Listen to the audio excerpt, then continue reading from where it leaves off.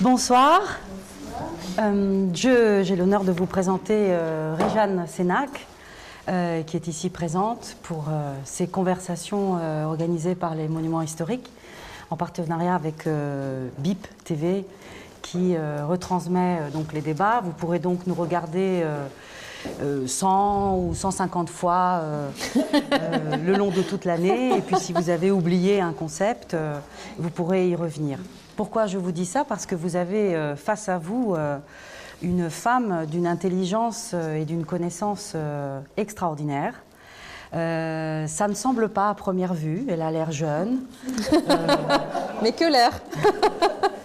Elle vient de passer son baccalauréat. Et je pense qu'à la suite de cette rencontre, que vous soyez homme ou que vous soyez femme, vous allez être différents. Alors, qui est Rejane Cenac-Slavinsky? Rejane Cenac, de son nom de femme et nom d'épouse. Elle est chargée de recherche au CNRS, notamment au CEVIPOF, qui est associé, c'est un laboratoire d'idées politiques associé depuis 1968 au CNRS, et qui façonne les idées politiques dont vous en avez d'ailleurs une partie dans les médias. Elle est membre également du comité de pilotage du programme de recherche et d'enseignement des savoirs sur le genre, qui s'appelle Présage. Ce n'est pas fini. Elle enseigne à Sciences Po et elle est membre du conseil scientifique de l'Institut Émilie du Châtelet et, encore autre chose, présidente de la commission parité du Haut Conseil à l'égalité entre les femmes et les hommes lorsqu'elle a été au service du Premier ministre Lionel Jospin. Rejane Cenac, dans son parcours de formation, pour vous dire comment cette femme a pu obtenir autant de reconnaissance, eh bien, elle a travaillé, elle a étudié, elle s'est donnée à elle-même et à la République. Elle est docteure à l'Institut des études politiques en sciences politiques. Elle est diplômée d'un 3e cycle de droit et elle a aussi, pourquoi pas, une maîtrise de philosophie à l'université de Paris 1, Panthéon-Sorbonne. Voilà. Donc, Rejane... Tout ça ne doit pas du tout vous impressionner, ça a été que du plaisir. Voilà, vous avez là la spécialiste de la parité en France et je dirais même hors de France, en Europe. Ces recherches traitent de la parité, du genre, de la place de la femme, de la place de la République. Nous l'évoquerons ensemble et vous l'expliquera certainement beaucoup mieux que moi. Et Rejane a également écrit beaucoup de livres, beaucoup de publications, beaucoup d'articles, notamment le dernier livre dont nous allons parler, L'égalité sous conditions, qui vient de sortir en 2015, à peu près un livre par an. C'est ça, enfin au niveau du rythme, tout à fait léger. Je suis moins prolixe que Georges Sand. Voilà, quand même. Un petit détail avant que nous démarrions, Rejane Cenac et moi, nous nous connaissons. Nous avons une différence d'âge et pourtant j'ai été son élève puisqu'elle dirige également des masters à l'université Paris 3 où donc j'ai pu suivre son enseignement. Elle a suivi mon mémoire sur le théâtre européen. Je conclurai pour vous dire que lorsqu'on écrit un mail à Rejane Cenac, vous avez normalement la réponse en 3 minutes. Quand c'est 4, c'est vraiment très, très inhabituel. Et elle fait ça avec tout le monde. Donc je donne la bienvenue et je suis ravie que vous puissiez découvrir Rejane Cenac. Et je remercie la directrice Elisabeth Brown du Centre des Monuments historiques de Bourges d'avoir pensé à elle pour l'inviter. Alors, le dernier livre de Rejane Cenac traite, donc, qui s'intitule « L'égalité sous conditions », est cité par Alain Policard, qui est ton collègue, on se tutoie puisqu'on se connaît, qui est docteur en sciences politiques à Paris. Et qui est prof à l'université de Limoges. De Limoges, et qui est chercheur associé aussi avec toi, qui parle « Un livre important que doivent lire tous ceux que les conditions de l'égalité préoccupent ». Donc j'imagine que vous êtes ici ce soir parce que les conditions de l'égalité vous préoccupent. Vous avez raison, il y a de quoi se préoccuper. Et Rejane Cenac vous expliquera pourquoi nous devons avoir aujourd'hui ces préoccupations extrêmement importantes. Alors, avant de démarrer, Réjeanne, tu es originaire des Landes. Des Pyrénées. Des Pyrénées. Tu viens d'une famille, disons, bourgeoise, mais d'un milieu rural. Non, je viens d'une famille modeste. D'une famille modeste, donc d'un milieu rural. Beaucoup moins bourgeois que Georges Sand. Voilà, puisque... Ce milieu, on se questionne aujourd'hui, la question qu'on peut t'adresser, c'est qu'est-ce qui a produit dans ton enfance, dans ton adolescence d'abord, le déclic pour la thématique de la parité et le déclic pour ton investissement dans des études supérieures aussi suivies et aussi compliquées et difficiles. Alors tout d'abord, merci d'être venu, ça me fait vraiment plaisir d'être là aujourd'hui. Je n'étais jamais venue au château de Nohant, que je trouve tout à fait touchant parce que j'ai eu la chance de le visiter un peu en arrivant. J'avais lu Georges Sand et en particulier dans mon enfance, puisque c'est plutôt perçu comme beaucoup d'auteurs femmes, comme une littérature de jeunesse, hein, puisque les femmes, vous le savez, sont beaucoup plus adaptées à parler aux enfants qu'aux adultes, bien sûr. Et grâce à cette invitation aujourd'hui, j'ai lu Indiana, que je n'avais pas lu, et qui est vraiment porteuse d'un positionnement politique assez fort de Georges Sand. Donc, vous allez vous dire que j'évite la question, j'aurai la tentation de le faire, je ne vais quand même pas le faire.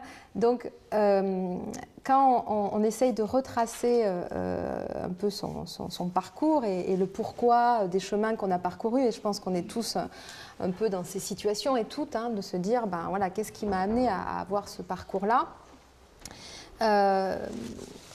Je pense qu'assez jeune, donc moi j'ai été élevée dans un milieu très rural, dans un village de 400 habitants, un village de montagne, avec un peu tous les stéréotypes qu'on peut avoir sur les villages et sur les villages de montagne en particulier, de pré-montagne, c'est-à-dire à la Unamuno, c'est-à-dire c'était pas une société très ouverte. Du côté de ma mère, c'était des immigrés espagnols qui n'ont pas été accueillis de manière très conviviale, on va le dire de manière euphémisée. Les étrangers sont rarement accueillis de manière très conviviale, même s'ils sont blancs et s'ils sont catholiques. Alors aujourd'hui, on se trouve encore plus d'excuses parce qu'ils ne sont pas forcément blancs et catholiques, mais ce rapport à l'autre et à l'étranger, il est très fort. Et j'ai un souvenir d'enfance assez marquant. J'ai un nom, Sénac, qui est un nom d'un village des Pyrénées, donc c'est un nom sud-ouest très typique. Et mon institutrice avait voulu faire une œuvre de civisme et d'ouverture. Elle était d'ailleurs très intéressante, j'en garde un très bon souvenir. Elle avait dit, on va faire aujourd'hui un cours sur ce qu'est l'étranger. Et ce n'était pas un cours de littérature sur Camus, c'était un cours plus déjà de politique. Et donc, il y en a un qui lève le doigt. Donc, c'était un village où il y avait beaucoup de familles qui s'étaient mariées entre eux. Enfin, voilà, des villages assez fermés, des vallées comme ça. Il y en a un qui lève le doigt et qui dit « Les Sénac ». C'était mon nom. C'était le nom d'un village d'à côté, entendons-nous bien. Et donc là, vraiment le sens du barbare à la grecque, c'est-à-dire celui qui n'est pas de la cité. Et je me suis retrouvée, ça m'a interrogée, en sachant que je l'ai vécu, c'est-à-dire que je ne faisais pas partie de leur histoire, de leur famille, de leur communauté. On n'était pas dans une société, on était dans une communauté, avec un traumatisme sans doute transmis par ma mère, d'immigrés qui s'étaient toujours sentis pas à leur place, et puis populaires. Enfin, mon grand-père était ouvrier, voilà, mes parents étaient infirmiers, et ma mère elle m'avait transmis ça. Donc j'ai eu la conscience assez jeune, je pense, que ce que j'admirais beaucoup, c'est-à-dire la devise républicaine, liberté, égalité, fraternité, était pleine de dilemmes et d'ambivalence, et que ce n'était pas seulement, et c'est ce sur quoi je travaille maintenant, donc quand j'y réfléchis, que ce n'était pas seulement qu'un problème d'application de beaux principes, mais que ces principes en eux-mêmes y portaient des contradictions. Et déjà, ce terme de fraternité, je vous avoue qu'il m'interrogeait. Il m'interrogeait parce que j'avais compris que faire fraternité, ce n'était pas si simple et qu'on ne le décidait pas forcément soi. Qui avait la manière dont quand on dit on est juif dans le regard de l'autre, Sartre, oui. Voilà, on est frère aussi par le regard de l'autre. Et donc j'avais senti là que les Sénac, ils n'étaient pas frères parce qu'ils n'étaient pas du bon village. Il n'y avait pas de théâtre dans mon village, il n'y avait pas de château, il n'y avait pas de musée. il y avait une église. Mes parents étaient complètement athées, mais moi, je m'embêtais un peu, je vous avoue, et j'étais beaucoup moins axée sur la nature que George Sand. Hein. J'ai essayé un herbier, ça a été une catastrophe. Enfin bon, j'étais pas très... Donc, j'allais à l'église. J'allais à la messe. J'étais la seule de ma famille à aller à la messe, mais j'allais à la messe parce que le curé avait une superbe robe. Donc, déjà, il était dans la déconstruction, ça m'intéressait.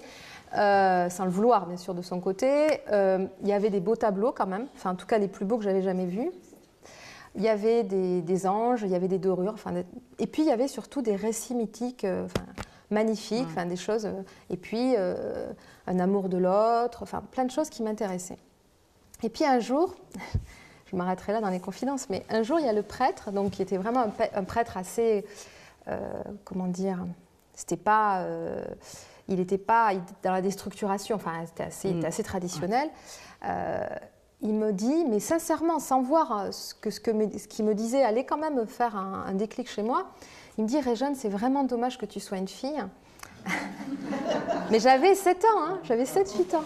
C'est vraiment dommage que tu sois une fille parce que sinon, tu serais mon enfant de cœur.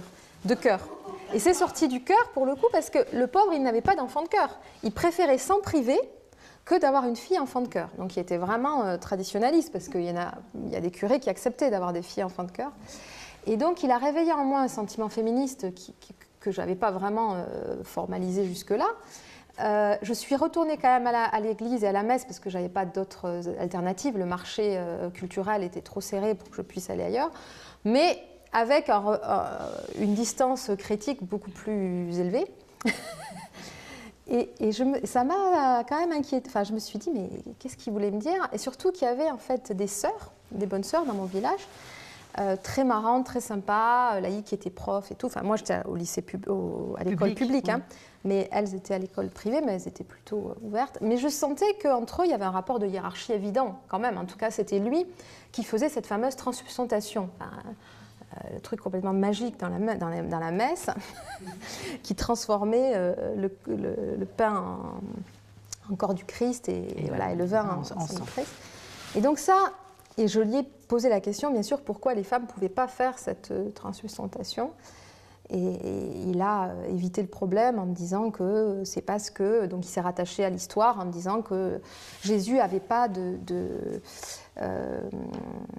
d'apôtres femmes, et que donc voilà, c'était pour ça qu'elles pouvaient pas. Il m'a pas dit que c'est parce qu'elles étaient impures, voilà. Mais je pense que ça, voilà. Donc ce qui a été un filigrane, je pense, dans mon enfance, c'est ce sentiment de dilemme entre ces beaux principes et puis une application qui était réservée à une certaine communauté qui se reconnaissait comme un égal, qui se reconnaissait comme un frère. Le terme de frère, il vient d'ailleurs d'un héritage religieux, d'un héritage catholique, un héritage aussi franc-maçon, qui a été politisé dans la Révolution. Et donc je pense que ce questionnement sur qui sont les frères, comment on fait fraternité, pourquoi certaines et certains en sont exclus, ça a été ça qui a été mon fil. Et puis, donc, comme je vous disais, je n'étais pas très nature et bucolique.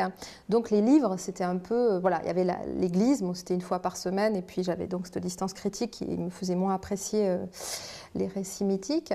Et sinon, voilà, les livres, l'école... et c'est pour ça que j'ai poursuivi, mais vraiment par soif de comprendre, de me questionner, pas de manière du tout rationnelle d'ailleurs, parce que je suis partie, j'ai fait une prépa littéraire, je ne me suis pas posé la question de quel métier j'allais faire.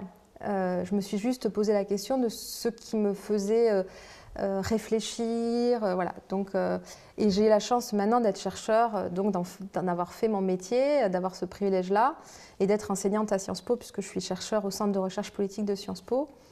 Donc c'est un peu une petite fille qui s'est laissée porter par ces questionnements et qui a eu la chance, bien sûr avec des certains nombres d'obstacles, mais en tout cas d'arriver à en faire son métier.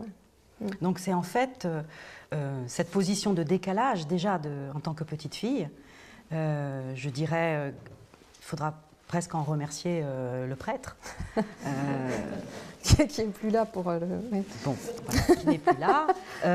Mais donc c'est grâce à l'Église catholique que pas seulement. une chercheuse sur la parité, l'égalité et surtout la République française a été créée. Et en fait, dans ce que tu dis, c'est déjà toute petite. C'est très beau parce que tu te mets en décalage. Tu es en décalage déjà de la devise liberté, égalité, fraternité. Tu l'expliqueras aussi tout à l'heure. En tant que petite fille, tu es en décalage par rapport à une religion qui n'est pas la tienne, mais dans laquelle tu vas te nourrir. Et à partir de ce moment-là, sans pouvoir faire les herbiers, quelque part, tu les as faits dans ton esprit. Et c'est cette magnifique plantation de livres et de réflexions que tu fais. Tu te positionnes en tant que femme libre. On peut, bien sûr, notamment faire le parallèle avec George Sand. George Sand, qui dans une époque, on en discutait encore tout à l'heure, inouïe, s'est permis une liberté qu'encore aujourd'hui les femmes ne peuvent avoir. Une liberté intellectuelle, une liberté sexuelle, une liberté juridique, une liberté aussi maritale, bref, une liberté aussi de fréquentation et de retirement de soi qui lui a permis de construire son œuvre. Toi, dans tes thématiques phares, tu abordes le dépassement de la confusion aristocratique entre l'ordre naturel et l'ordre social hiérarchisé, et tu interroges l'avènement de nouvelles formes de naturalisation des inégalités. Donc, est-ce que tu peux expliquer de manière, bien sûr, synthétique, parce qu'on va aborder d'autres questions, le pilier, le fondement de cette recherche depuis de longues années? Alors peut-être, déjà, je pense qu'on peut avoir l'impression, toutes et tous, qu'il y a une forme de consensus républicain et que peut-être, et nous sommes entre deux tours d'une élection, vous ne l'avez pas manqué, je présume, il y a cette idée que quand on est français, on est républicain. Et qu'en tout cas, la légitimité passe par ça, en particulier en politique, et que être républicain, c'est être pour la liberté, l'égalité, la fraternité, et que l'égalité a un peu un rôle, ce que Rawls appelait l'ordre lexical républicain premier, enfin l'ordre lexical premier, c'est-à-dire le fait que l'égalité est en haut de la pyramide, c'est ce qui fait notre lien politique.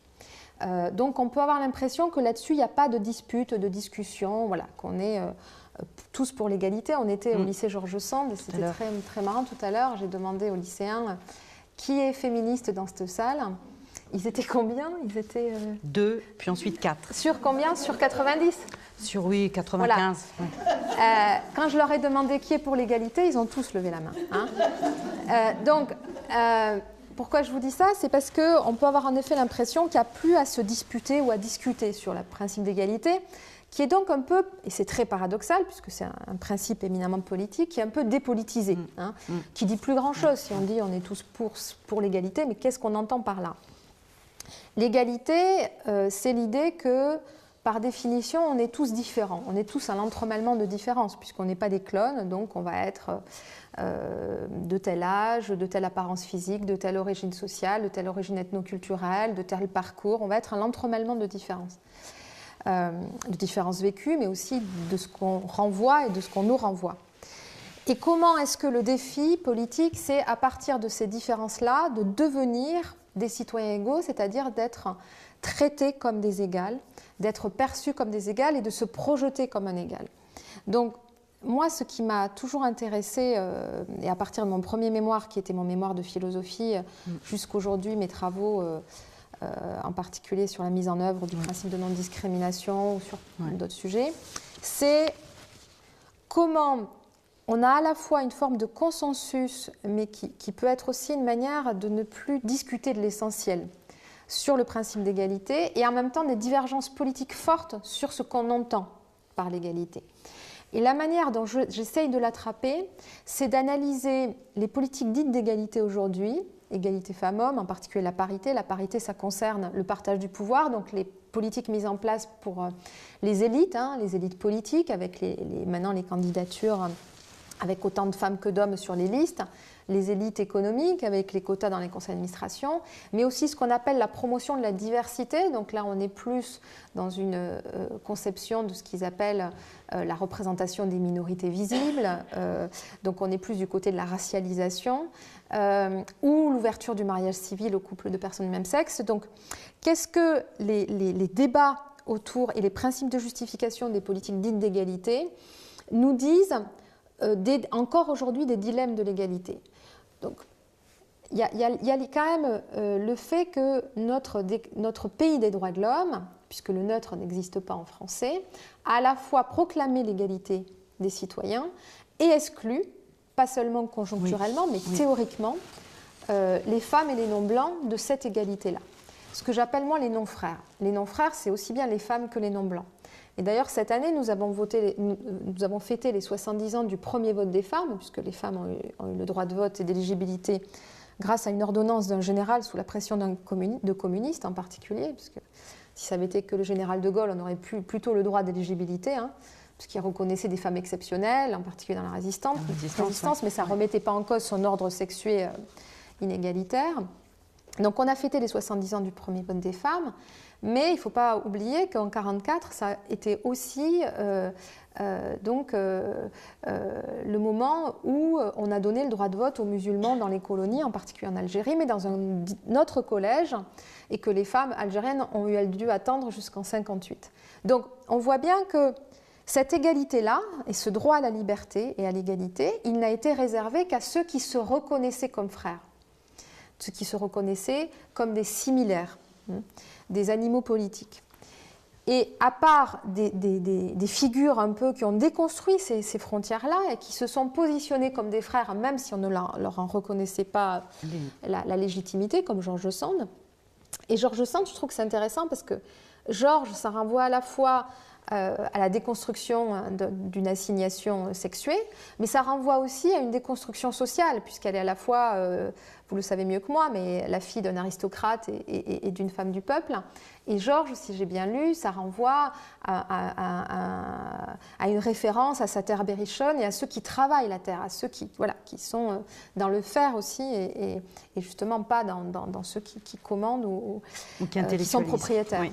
Donc, à part des personnes comme elle qui ont déconstruit par leur vie, par leur parcours, et George Sand, elle l'a fait parce qu'elle avait à la fois beaucoup de courage, mais qu'elle en avait aussi un peu les conditions de possibilité. C'est-à-dire qu'elle était aussi une héritière, ce qui lui a permis de pouvoir dépasser un certain nombre de limites, même si ça n'a pas été suffisant, mais en tout cas, ça a permis ça. Donc moi, ce qui m'intéresse, c'est de voir comment la tentation aujourd'hui est très très forte. Et je le vois quand je travaille à la fois sur les rapports, sur les discours publics, mais aussi je fais des entretiens, des enquêtes auprès des acteurs publics qui portent ces politiques-là, donc aussi bien des politiques comme des responsables de partis, des ministres, mais aussi des responsables d'institutions, des syndicalistes, des responsables d'associations, des religieux. Voilà. Ce qui m'intéresse, c'est de voir comment ils justifient ces politiques d'action positive, de discrimination positive, plus ou moins contraignantes, parce que pour la diversité, c'est du soft law, c'est des bonnes pratiques, alors que pour la parité, c'est du droit obligatoire, contraignant.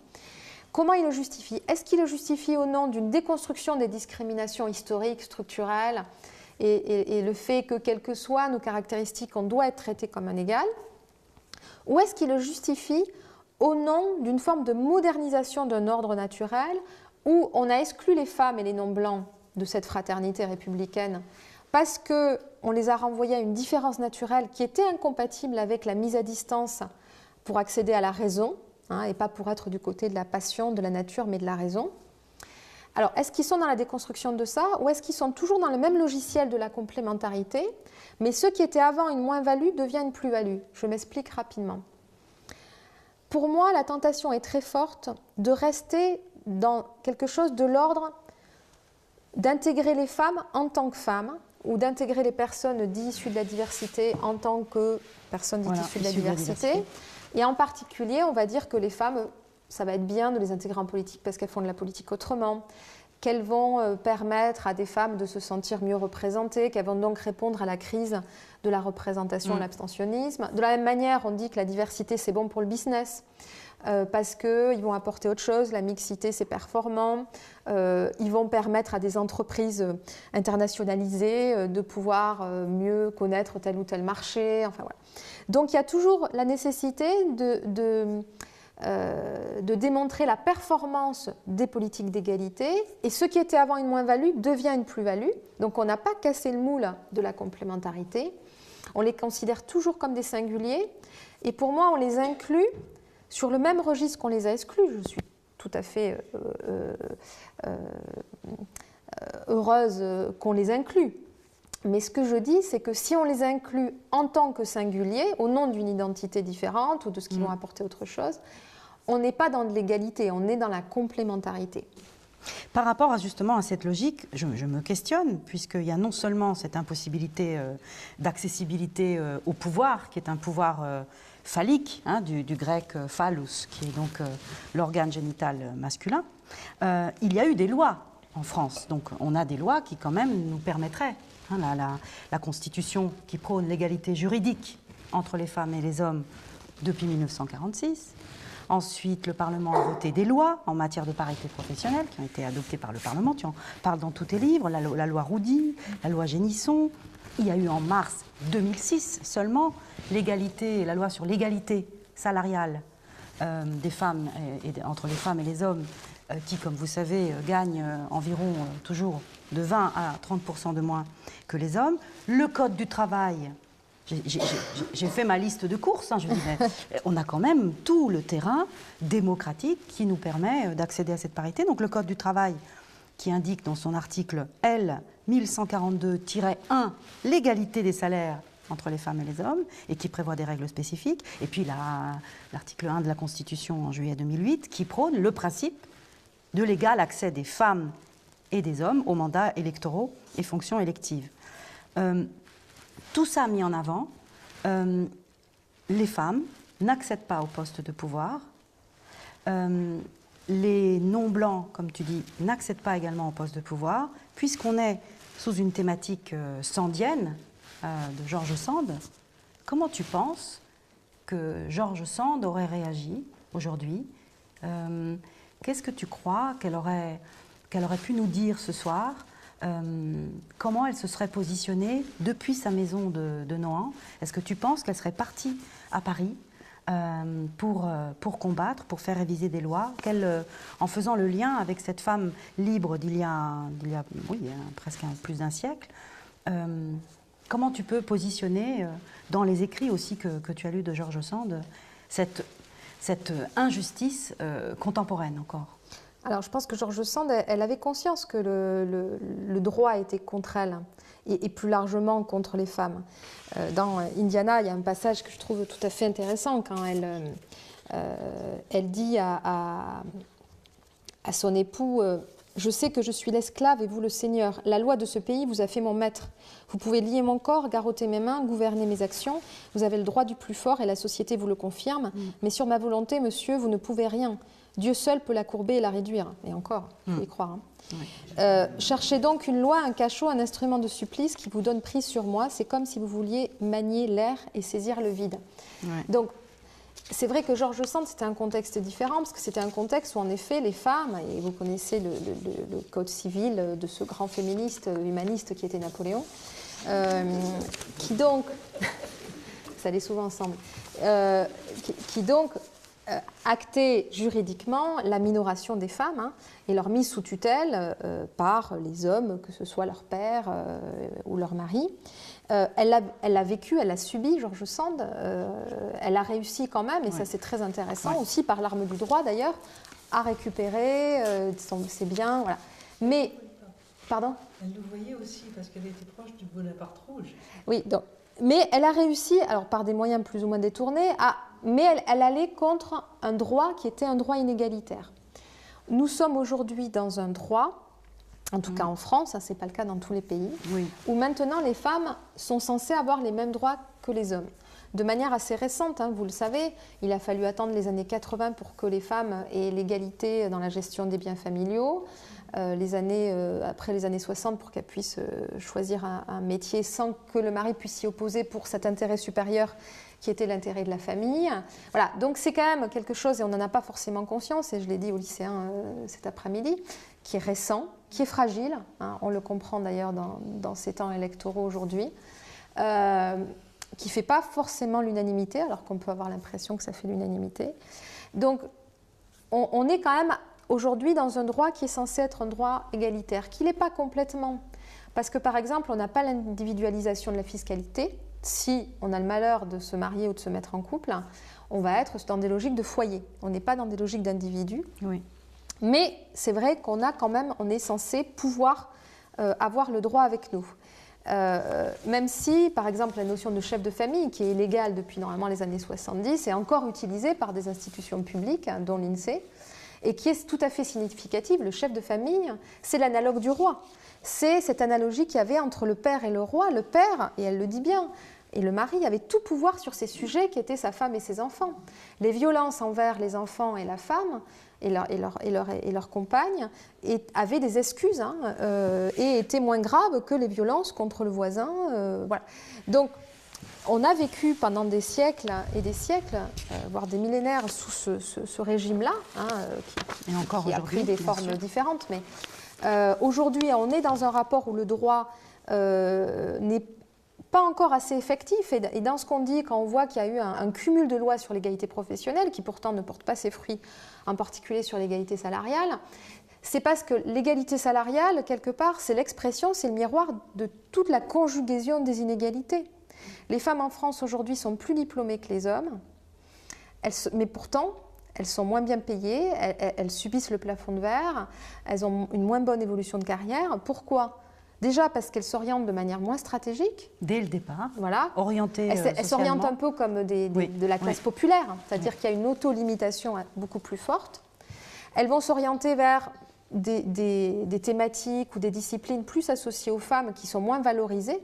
Hein, il n'y a encore que 27% de filles dans les écoles d'ingénieurs, alors qu'elles sont 88% dans les écoles de paramédicales et de sociales. Donc on est vraiment dans quelque chose qui est encore très polarisé. Elles sont dans beaucoup moins de métiers que les hommes. Et ce droit à l'égalité avec des sanctions, on se rend compte que ça a longtemps été, là je reprends une expression d'une juriste, un droit hors la loi. C'est-à-dire que c'était une norme qui était édictée, déjà assez peu partagée, d'égalité, mais ensuite, il n'y avait pas la sanction qui était appliquée. On commence à appliquer des sanctions pour les entreprises qui ne respectent pas en particulier l'égalité de salaire, mais c'est très récent, hein, et ce n'est pas significatif, ce n'est pas sur toutes les entreprises. Et ça, je pense qu'on ne peut le comprendre que comme quelque chose qui est de l'ordre de l'héritage collectif. C'est-à-dire que on peut, comme George Sand, aussi parce que je pense qu'elle avait des capitaux qui l'ont aidée. Elle a été élevée comme un garçon par une grand-mère très ouverte, très cultivée, qui a voulu lui donner aussi quelque chose qui était de l'ordre de sa classe, hein, voilà, et pour qui c'était pas rédhibitoire qu'elle soit une fille. Donc elle a pu s'élever, elle, et dépasser des tabous, même si, sans aucun doute, que toutes les critiques qu'elle a subies montraient bien qu'elle était perçue comme échappée son espèce naturelle par beaucoup d'hommes en particulier, mais pas seulement. Et tu parles d'ailleurs de responsabilité, y compris par rapport à elle, mais responsabilité collective. Et là, dans ce que tu dis de George Sand, c'est comme si nous avions tous une part de George Sand en nous. Et cette responsabilité collective, quelque part, on doit tous, hommes et femmes, la porter pour faire que nos filles, nos sœurs, nos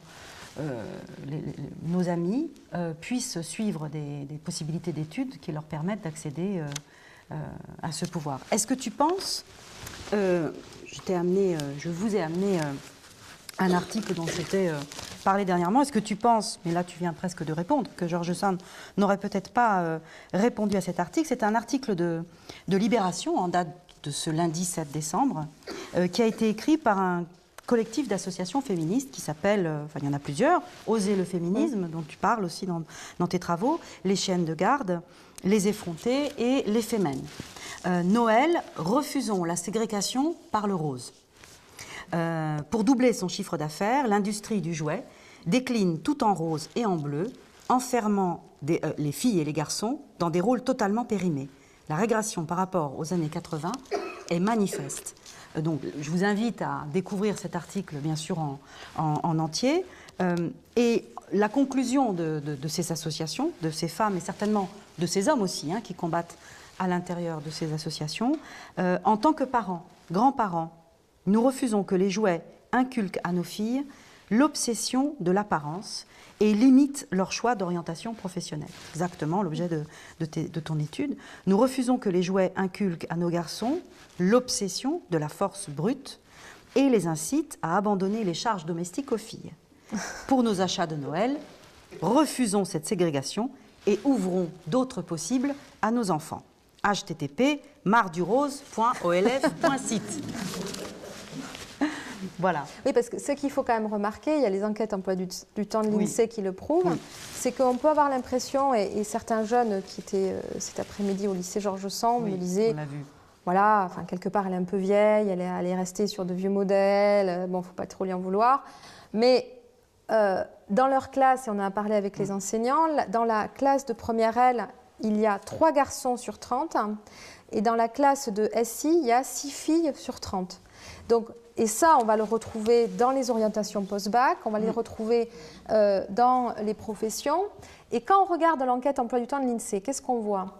On voit qu'en France, les femmes ont un des taux d'activité les plus élevés en Europe.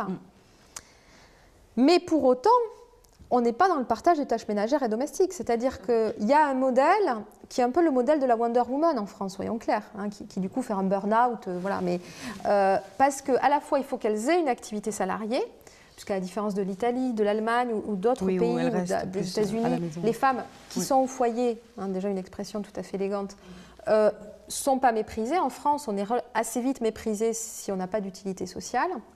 Donc il faut avoir une activité salariée, pas gagner plus que son mari quand même, et s'occuper en avoir des enfants, hein, et s'en occuper.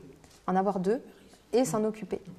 Et qu'est-ce qu'on voit en termes de... Alors, on a l'impression qu'il y a le mythe des nouveaux pères, il y a eu des travaux là-dessus, mais quand on regarde l'enquête emploi du temps de l'INSEE, qui n'est pas les féministes qui suivent les hommes pour dire « Ah ben non, ils s'en occupent pas bien et tout », c'est un échantillon représentatif de la population qui remplit donc la journée par tranche de 10 minutes et qui dit du matin, du lever au coucher, ce qu'ils font, les femmes et les hommes.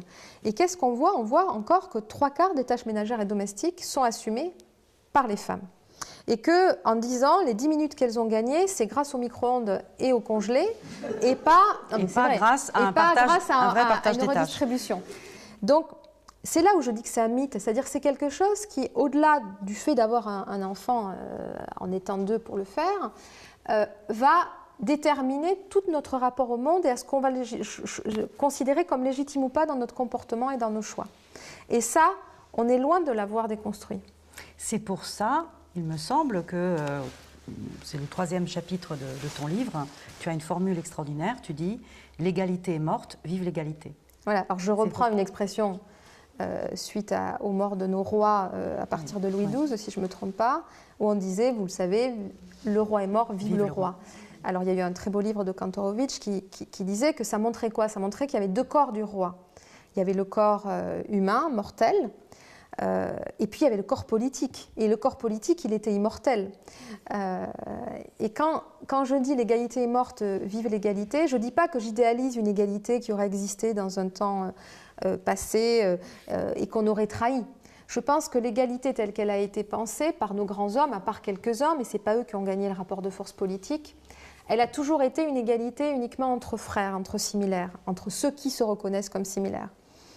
Mais qu'ils nous ont donné un pouvoir, et c'est pour moi ça le grand pouvoir des Lumières, même si les Lumières ont laissé dans l'ombre toute une partie de la population, mais le pouvoir des Lumières, ça nous donnait ce droit et cette capacité d'en faire le procès. Donner les armes pour se retourner contre eux, les armes intellectuelles, hein, bien sûr. Et donc, de dire, il faut être à la hauteur de ce principe-là d'égalité, c'est ça, dire l'égalité est morte. Et quand je dis l'égalité est morte, ça veut dire qu'on est en train de marchandiser l'égalité. Donc quand on fait du bleu et du rose, et le rose a été associé aux filles assez récemment, historiquement, hein, c'est pas...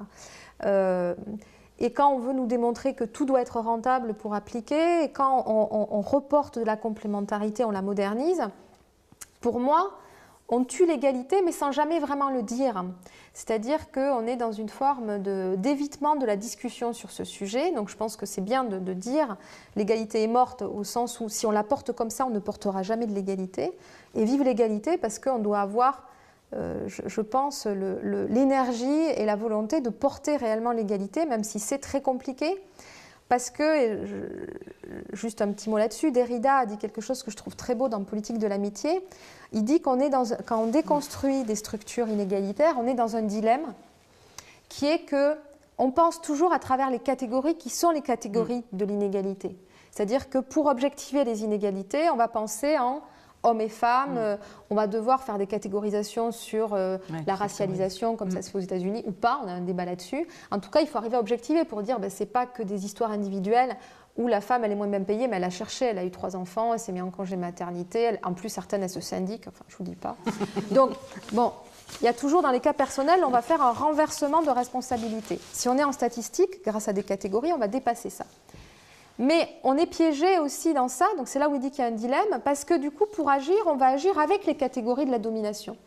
Et ce que nous dit Derrida, c'est en fait qu'on n'a pas le choix. En effet, il faut à la fois penser avec le politique tel qu'il est aujourd'hui et essayer de le dépasser. Donc il faut avoir cette dialectique-là, et qui n'est pas une dialectique facile, hein, de à la fois faire avec ces catégories, en ayant pour objectif d'arriver à vivre autre chose et d'aller au-delà. En fait, tu nous indiques presque une solution, comme qui n'est pas clé en main. Pas clé en main. Une voie de sortie, c'est pas une voie de garage, mais quelque part, on se dit qu'on a peut-être fait 5 à 10% du chemin, et tu nous indiques, en nous montrant la lumière, qu'il y a 90% du chemin à faire, en disant l'égalité est morte, vive l'égalité, et par rapport à tout ce que tu dis, tu nous fais nous rendre compte, hommes et femmes, qu'il y a énormément encore de chemin à faire. Je te poserai une dernière question pour que tu puisses conclure ce débat et l'ouvrir sur notre actualité pour ensuite donner la parole à vous, public, parce que vous avez peut-être beaucoup de questions qui ont été suscitées par Rejane Cenac. Comment tu analyses la situation actuelle que nous vivons? Nous avons, dans le hasard des dates, nous sommes au milieu de 2 rendez-vous politiques importants qui vont déterminer les régions françaises et donc également notre politique. Et je te ferai également une double question qui relie peut-être cette actualité aux différentes manifestations de la Manif pour tous. Et au fait que la loi de la famille n'a pas eu lieu. Il y a eu une capitulation de la loi de la famille juste avant. Est-ce que tu penses qu'il y a un lien entre ces mouvements, et tu l'indiques d'ailleurs dans ton dernier livre, se rejoignent hélas les extrêmes du racisme, mais aussi de l'antisémitisme et de l'homophobie? Quelle est la place des femmes à l'intérieur de ça? Est-ce que politiquement, les femmes et leur rôle a bougé? Et comment tu analyses cette situation actuelle pour ensuite donner lieu au débat avec la salle? Et surtout, comment ton livre, la conclusion de ton livre, y répond, ou en tous les cas, ouvre les perspectives? Alors je serai brève, même si là, vous voyez, ça pourrait être une réponse longue. Et merci beaucoup, Léonora, pour toutes ces questions. Mais j'espère qu'on va avoir l'occasion de débattre. Juste peut-être un point sur ma posture, qui est une posture de chercheur, de politiste.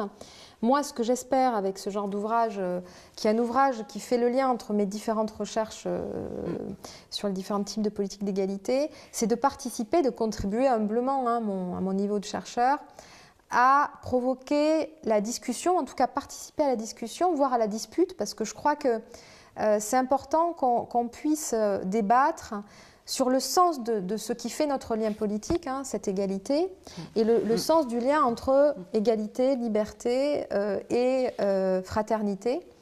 On a toujours l'impression qu'il y a plus grave, que ce n'est pas le moment, qu'on va diviser les gens de bonne volonté, voilà, qu'il y a la crise économique. Voilà. C'est toujours jamais le moment de discuter de ce qui me semble éminemment central, qui est ce lien politique. Les élections qui ont eu lieu dimanche et qui vont avoir lieu dimanche prochain nous montrent bien d'ailleurs que discuter de ce qui fait notre lien politique est central, et que ne pas le faire, c'est peut-être donner la place au message simple, au message de celles et ceux qui donnent l'impression que les réponses sont des réponses de l'ordre de ceux qui font partie justement de la fraternité et de ceux qui n'en font pas partie. Donc la tentation est quand même très forte de recréer du eux et du nous, de dire, voilà, l'élite politique jusqu'à présent n'a pas parlé aux oubliés de la République, nous on parle. Donc moi, je suis à la fois, et là je vais parler en tant que citoyenne, je suis à la fois triste des résultats électoraux qui ont eu lieu, même si je ne suis pas étonnée, parce que je suis dans un laboratoire qui est un laboratoire électoraliste, donc moi je suis en théorie politique, mais mes collègues avaient déjà perçu travaillent sur l'électoralisme, c'est eux qui ont fait la page dans Le Monde sur ces sujets, voilà. Pascal Perrineau, que vous connaissez peut-être, ou d'autres voilà, qui travaillent sur ces sujets. Quand je dis que je suis triste, c'est parce que pour moi cette réponse est une réponse de la peur de l'autre, et justement n'est pas une réponse d'une définition d'une égalité un peu réfléchie et construite ensemble. Donc je trouve qu'il est plus que jamais nécessaire de se questionner sur les conditions de possibilité de l'égalité, de la liberté pour toutes et pour tous, sans être dans des logiques de stigmatisation, de caricature, d'essentialisation de ce que c'est qu'être français, de ce que c'est qu'être étranger. Voilà, donc je pense que là, il y a vraiment un travail collectif à faire, sans stigmatiser non plus ceux qui croient que c'est la solution. Mais voilà, essayer de vraiment réfléchir sur le cœur de notre lien politique. Quand je disais que j'espérais qu'il n'y aurait pas trop de femmes présidentes de région, je ne pensais pas à Midi-Pyrénées, Languedoc-Roussillon. Je voulais dire quoi? Je voulais dire quelque chose qui me semble importante. C'est que ce n'est pas parce qu'on est femme qu'on est féministe.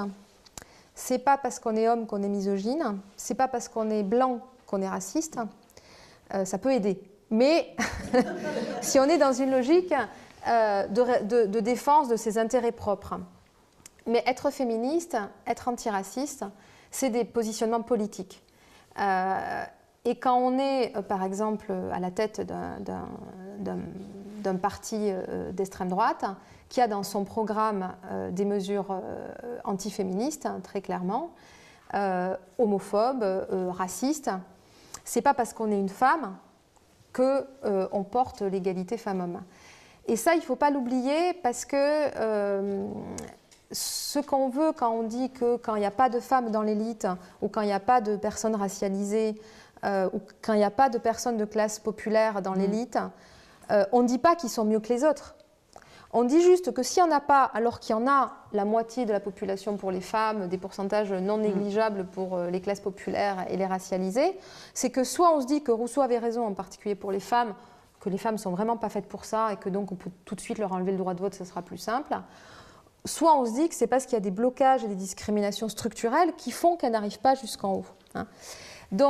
Et que donc il faut mettre en place, je pense que c'est nécessaire, des actions positives pour déverrouiller ça, mais pas au nom de ce qu'elles vont apporter de plus, tout simplement au nom de la non-discrimination, et que l'objectif, c'est qu'on en soit à ne plus voir que c'est des femmes ou des hommes, ou qu'ils sont de telle ou telle couleur. Ce serait ça l'idéal. Oui. Donc, moi, je ne veux pas des femmes au pouvoir pour des femmes au pouvoir, surtout si elles portent des idées et des mesures qui sont contraires à ces principes d'égalité, de liberté, et il faudrait inventer autre chose que fraternité, parce que la fraternité, c'est trop exclusif. Adelphité, je sais pas, citoyenneté, sororité, non. Alors sororité, tout de suite, on voit que ça exclut les hommes. Fraternité, on ne voit pas. Là, tout le monde se gargarise de fraternité. Je suis assez effarée, sans voir. Si on disait sororité, ils verraient bien qu'il y a un souci. Mais bon. Donc, sur donc il y a quelque chose à inventer qui fasse du lien, qui ne soit pas excluant. Mais malheureusement, je pense que ceux qui sont en position de gagner certaines régions, ce n'est pas eux qui vont inventer ce troisième mot-là. Donc, je pense qu'il y a à la fois des destins individuels qui doivent porter des choses, mais qu'on doit aussi collectivement reporter de la politique qui ait du sens. Et peut-être pour finir, il y a Habermas qui dit quelque chose qui me semble très intéressant sur le fait que l'autonomie, le fait de pouvoir être justement traité comme un égal et porté à égalité, c'est à la fois un parcours individuel, une autonomie individuelle, mais qu'il y a une forme de co-originarité de l'autonomie individuelle et collective. Ça veut dire quoi?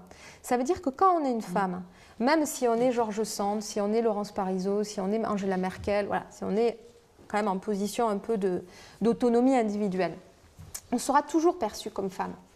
C'est-à-dire qu'on ne sera pas complètement égal. On sera une femme politique, une femme journaliste, alors que les hommes, c'est des politiques, c'est des journalistes. Hein, voilà.